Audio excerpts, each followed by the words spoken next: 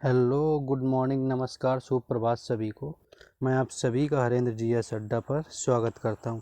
आज की क्लास में हम आपको ल्यूसेंट जीके के हिस्ट्री के मराठा साम्राज्य के क्वेश्चन करवाने वाले हैं 25। ठीक है, तो चलिए बिना टाइम वेस्ट किए अपने क्लास की शुरुआत करते हैं। तो सबसे पहला क्वेश्चन आपके सामने आता है कि शिवाजी के गुरु का क्या नाम था। यहाँ पर आपके सामने 4 ऑप्शन है: गुरु आरामदास, गुरु रामदास, गुरु गंगा भट्ट और गुरु तुकाराम।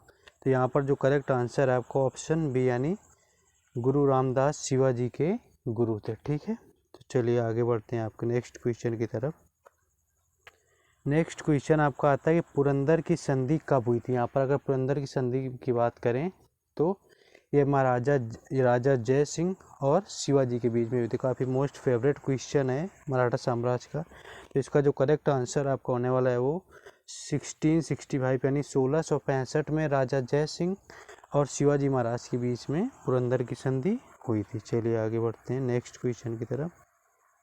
तीसरा क्वेश्चन आपके सामने आता है कि शिवाजी महाराज का राज्याभिषेक किस विद्वान ने किया था। ठीक है, अगर विद्वान की बात करें कि शिवाजी महाराज का राज्याभिषेक किस विद्वान ने किया था, तो यहाँ पर आपके सामने 4 ऑप्शन दिए हुए हैं: गुरु रामदास, नामदेव, गंगा भट्ट और तुकाराम।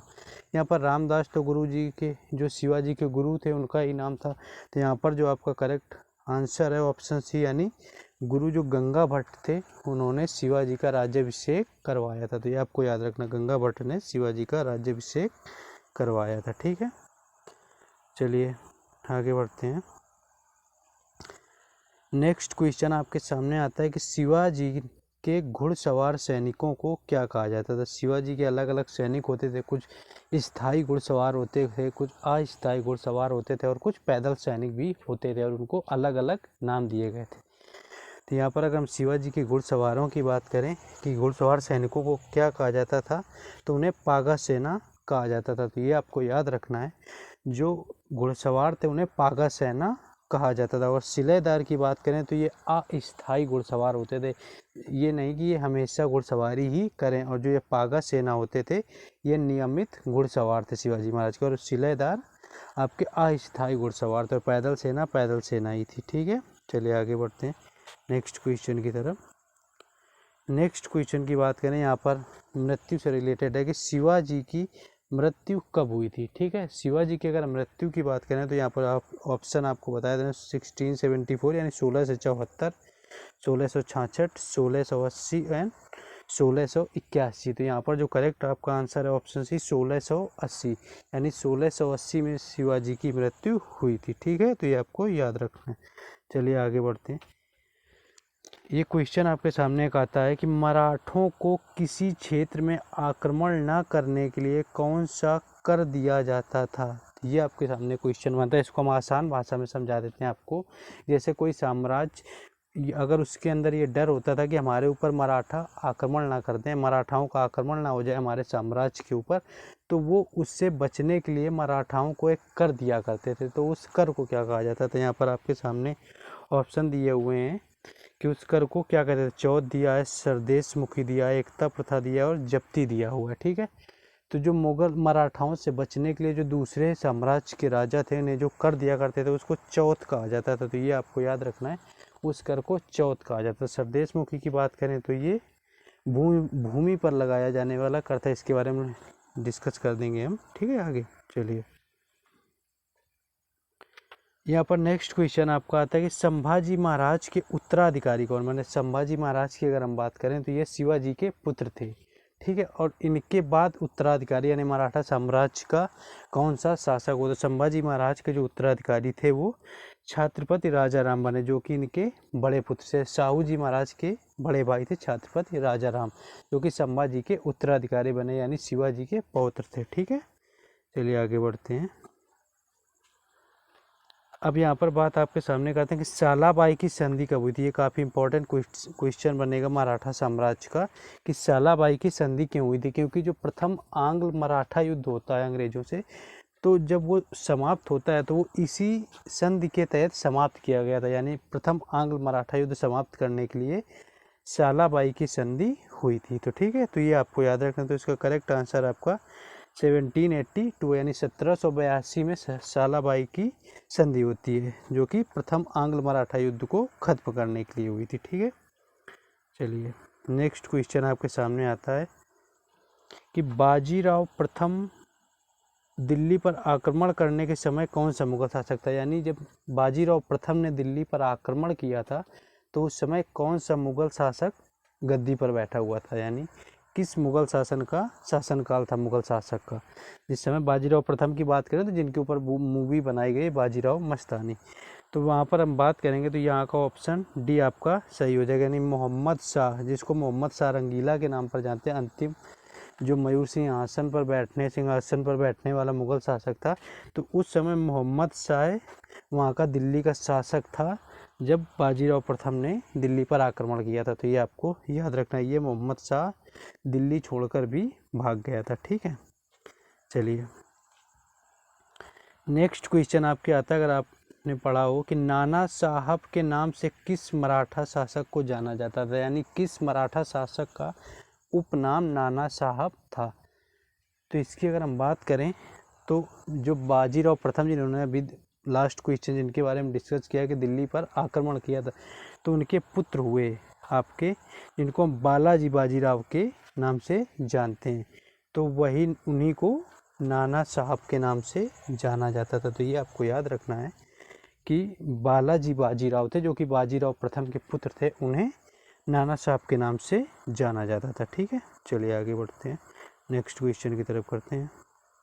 ये आपका क्वेश्चन आपको ऑलरेडी हम डिस्कस कर चुके हैं, आपको खुद इसका आंसर देना है। आपको अगर याद आ जाए कि प्रथम आंग्ल मराठा युद्ध में कहाँ की संधि हुई थी, आपको बताया कि प्रथम आंग्ल मराठा युद्ध हुआ था तो किसकी संधि के तहत उसे खत्म किया गया था, तो वो सालाबाई की संधि के साथ में समाप्त हुआ था, जो कि 1782 यानी 1782 में हुई थी। तो ये आपको याद रखना है, 1782 की सालाबाई संधि के साथ में प्रथम आंग्ल मराठा युद्ध खत्म किया गया था। ठीक है, चलिए नेक्स्ट क्वेश्चन आता है, शिवाजी महाराज किस मुगल शासक के समकालीन थे। अगर यहाँ पर आपने याद रखा हो कि महाराजा जब जय सिंह के साथ में इनके पुरंदर की संधि होती है तो जय सिंह को घेरने के लिए औरंगजेब ने ही भेजा था कि जय सिंह से कि आप जाइए और शिवाजी को घेरिए। ठीक है, तो अगर हम बात करेंगे शिवाजी महाराज किस मुगल शासक के समकालीन थे, तो इसका आंसर आपका ऑप्शन डी होगा, जो कि औरंगजेब के शिवाजी समकालीन थे। ठीक है, चलिए आगे बढ़ते हैं। अब यहाँ पर नेक्स्ट क्वेश्चन आता है कि शिवाजी को राजा की उपाधि किसने दी थी।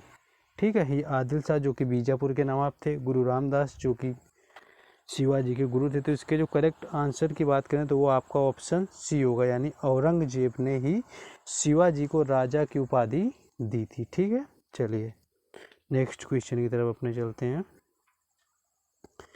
किस मराठा शासक ने अपनी राजधानी रायगढ़ से सतारा बनाई थी। काफ़ी इंपॉर्टेंट क्वेश्चन है।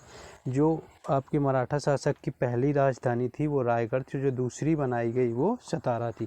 तो सतारा किस मराठा शासक ने बनाई थी। अगर हम इस मराठा शासक की बात करें तो वो संभाजी के उत्तराधिकारी और शिवाजी के पौत्र थे, यानी छत्रपति जो राजा राम थे साहूजी महाराज के बड़े भाई थे, उन्होंने अपनी राजधानी रायगढ़ से सतारा बनाई हुई थी। तो ये आपको याद रखना है कि रायगढ़ से सतारा स्थानांतरित करने वाला मराठा शासक छत्रपति राजा राम थे। ठीक है, इतना आपको याद रखना है।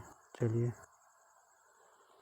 ये क्वेश्चन है एक थोड़ा बड़ा है, इसको पहले देख लीजिए अच्छे से, उसके बाद हम इसके ऑप्शन भी आपको दिखाएंगे। किस मराठा शासक ने भूमि माप के लिए, भूमि को मापने के लिए रस्सी की जगह काठी तथा मानक छड़ी का प्रयोग आरंभ किया था। ठीक है, वह कौन सा मराठा शासक था जिसने भूमि को नापने के लिए रस्सी की जगह काठी तथा मानक छड़ी का प्रयोग किया गया था। इसके ऑप्शन हम दिखा देते हैं आपको।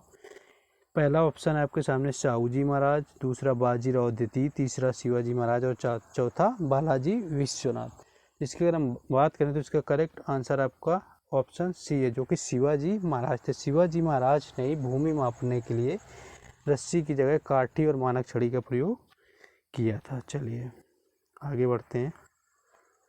नेक्स्ट क्वेश्चन आपके सामने आता है, मराठाओं के समय सरंजमी एक प्रथा थी। आप इसको प्रथा को याद रखना है। जो सरंजमी प्रथा थी का संबंध किससे है। अगर इसकी बात करें कि सरंजमी प्रथा की उसका संबंध किससे है सरंजमी प्रथा का? तो यहाँ पर 4 ऑप्शन दिए गए हैं। एक तो आपका कृषि कर, दूसरा भू राजस्व व्यवस्था, ठीक है, और तीसरा आपके सामने आता है संधि विग्रह व्यवस्था, और चौथा अर्थव्यवस्था व्यवस्था, ठीक है। तो इसके अगर हम राइट आंसर की बात करें तो यहाँ पर इसका जो भू राजस्व व्यवस्था थी आपकी, जो ऑप्शन बी यानी जो आपकी भू राजस्व व्यवस्था थी, उसको ही सरंजमी प्रथा कहा जाता था। तो ये याद रखना है, सरंजमी प्रथा जो मराठा काल की थी उसे भू राजस्व व्यवस्था को सरंजमी प्रथा कहा जाता था, ठीक है। चलिए नेक्स्ट क्वेश्चन आपके सामने आता है, ताराबाई और साहूजी महाराज के बीच कौन सा युद्ध हुआ था? अगर हम ताराबाई की बात करेंगे, ताराबाई कौन थी? तो संभाजी महाराज के उत्तराधिकारी राजा राम की मृत्यु के बाद जो ताराबाई थी वो अपने बेटे शिवाजी द्वितीय जिनको कहते हैं, उन्हें अपना शासक मराठा साम्राज्य का नियुक्त करके खुद मराठा साम्राज्य की वास्तविक संरक्षिका बन गई थी, जो कि राजा राम की पत्नी थी। और साहूजी महाराज राजा राम के छोटे भाई थे, जो कि औरंगजेब के कब्जे में थे। और जैसे ही औरंगजेब के ये कब्जे से भागने में सफल होते हैं तो ये लौटकर अपने साम्राज्य को आते हैं और इनका ताराबाई से युद्ध होता है, जो कि साहूजी महाराज और ताराबाई के बीच में हुआ था, ठीक है। तो इसकी बात करें तो इसे हम खेड़ा का युद्ध कहते हैं, अगर यानी ताराबाई और साहूजी महाराज के बीच में खेड़ा का युद्ध हुआ। पाल खेड़ा की बात करें तो यह निजामों और बाजीराव प्रथम के बीच में हुआ था, जो आपको बाजीराव मस्तानी की मूवी के स्टार्टिंग में दिखाया गया, ठीक है। तो वो निजामों और जो बाजीराव प्रथम के बीच का युद्ध था वो पाल खेड़ा का युद्ध था। और ताराबाई तथा साहूजी महाराज की बात करें तो इसका ऑप्शन खेड़ा का युद्ध हुआ था, जो कि 1707 यानी 1707 में खेड़ा का युद्ध होता है, ठीक है। चलिए आगे बढ़ते हैं। यहाँ पर आपके सामने क्वेश्चन आता है कि पुणे की संधि कब हुई थी? कि पुणे की संधि कब हुई थी? जब पुणे की संधि हुई थी तभी आपके ग्वालियर की भी संधि हुई थी। तो ये आपको याद रखना है, पुणे और ग्वालियर की संधि उसी वर्ष यानी एक ही वर्ष में हुई थी, ठीक है। तो यहाँ पर आपके सामने 1816 दिया हुआ। 1816 में आपके ग्वालियर की नागपुर की संधि होती है, क्योंकि ग्वालियर और पुणे की संधि एक ही समय पर हुई थी। तो 1816 में आपके जो थी नागपुर की संधि हुई थी। अगर हम पुणे की संधि की बात करें तो वो 1817 में हुई थी, यानी नागपुर की 1816 में होती है, ग्वालियर और पुणे की संधि 1817 में होती, ठीक है। चलिए नेक्स्ट क्वेश्चन आपका, माधवराव नारायण प्रथम जो थे, जो कि आपके बालाजी बाजीराव जो थे उनके पुत्र हुए हैं, माधवराव नारायण जो बाजीराव प्रथम के पौत्र कहे जा सकते हैं, किस मुगल शासक को पुनः दिल्ली की गद्दी पर बैठाया था? मुगल शासन खत्म हो चुका था, तो इन्होंने एक मुगल शासक हुए जिनको गद्दी पर बैठाया था पुनः, ठीक है। तो अगर इसके ऑप्शन की बात करें तो यहाँ पर ऑप्शन अकबर द्वितीय, शाह आलम द्वितीय, मोहम्मद शाह और आलमगीर। मोहम्मद शाह की बात करें तो मोहम्मद शाह तो वही हैं जिसे बाजीराव प्रथम ने आक्रमण करके दिल्ली से भगा दिया था। तो जो माधवराव नारायण थे आपके, उन्होंने शाह आलम द्वितीय को पुनः दिल्ली की गद्दी पर बैठाया था, जो कि मराठाओं का पेंशन भोगी बन गया था, ठीक है। चलिए आगे बढ़ते हैं।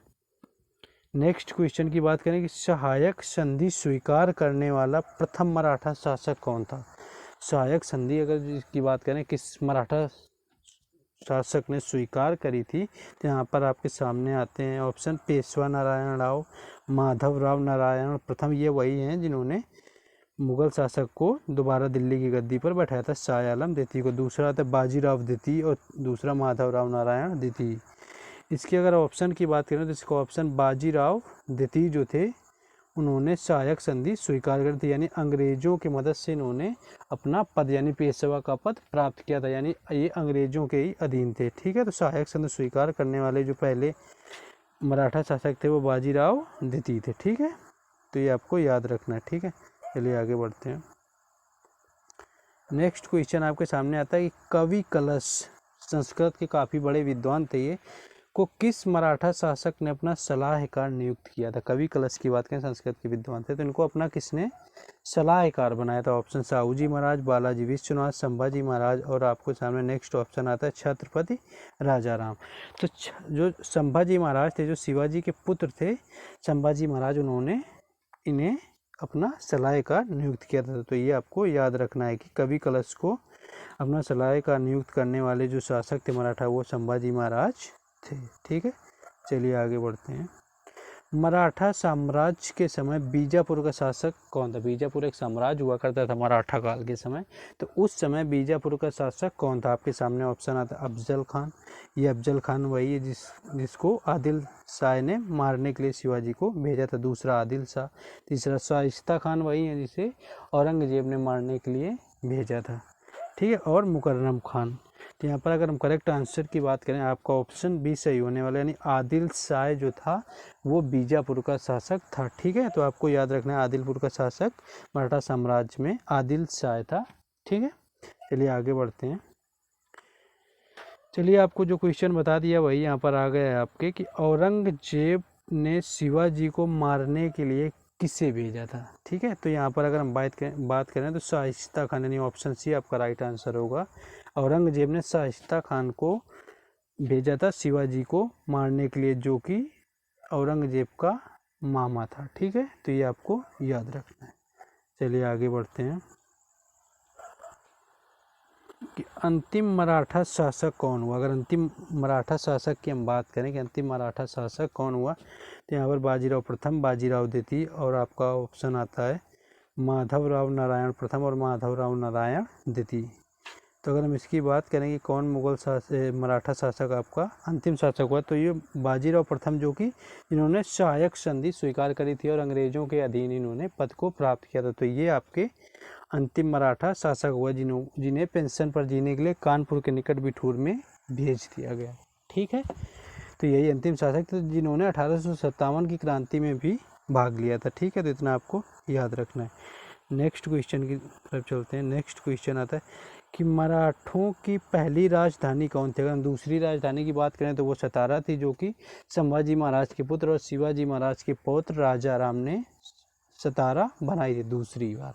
और तो पहली राजधानी आपको कहाँ थी, इसका आपको आंसर कमेंट बॉक्स में देना कि पुणे, रायगढ़, सतारा या नागपुर। तो इसका आंसर आपको देना। और जो लास्ट क्लास का क्वेश्चन था जो कि मुगल एम्पायर से था, मुगल एम्पायर आपका कल से ख़त्म हो गया, आज से आपका मराठा साम्राज्य शुरू किया गया है।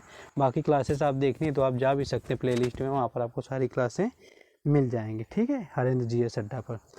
तो आपका क्वेश्चन था अंतिम जो यानी 25वां 25th की, आपके जहांगीर का मकबरा किसने बनवाया था। तो उसका आपका राइट आंसर है कि नूरजहां ने जहांगीर का मकबरा बनवाया था। तो ठीक है, हमारा आज का सेशन यहीं पर ख़त्म होता है। अगर आपको ये क्लास पसंद आई हो तो लाइक करें, शेयर करें एंड सब्सक्राइब करें हरेंद्र GS अड्डा को। तो फिर कल मिलते हैं एक नए वीडियो के साथ।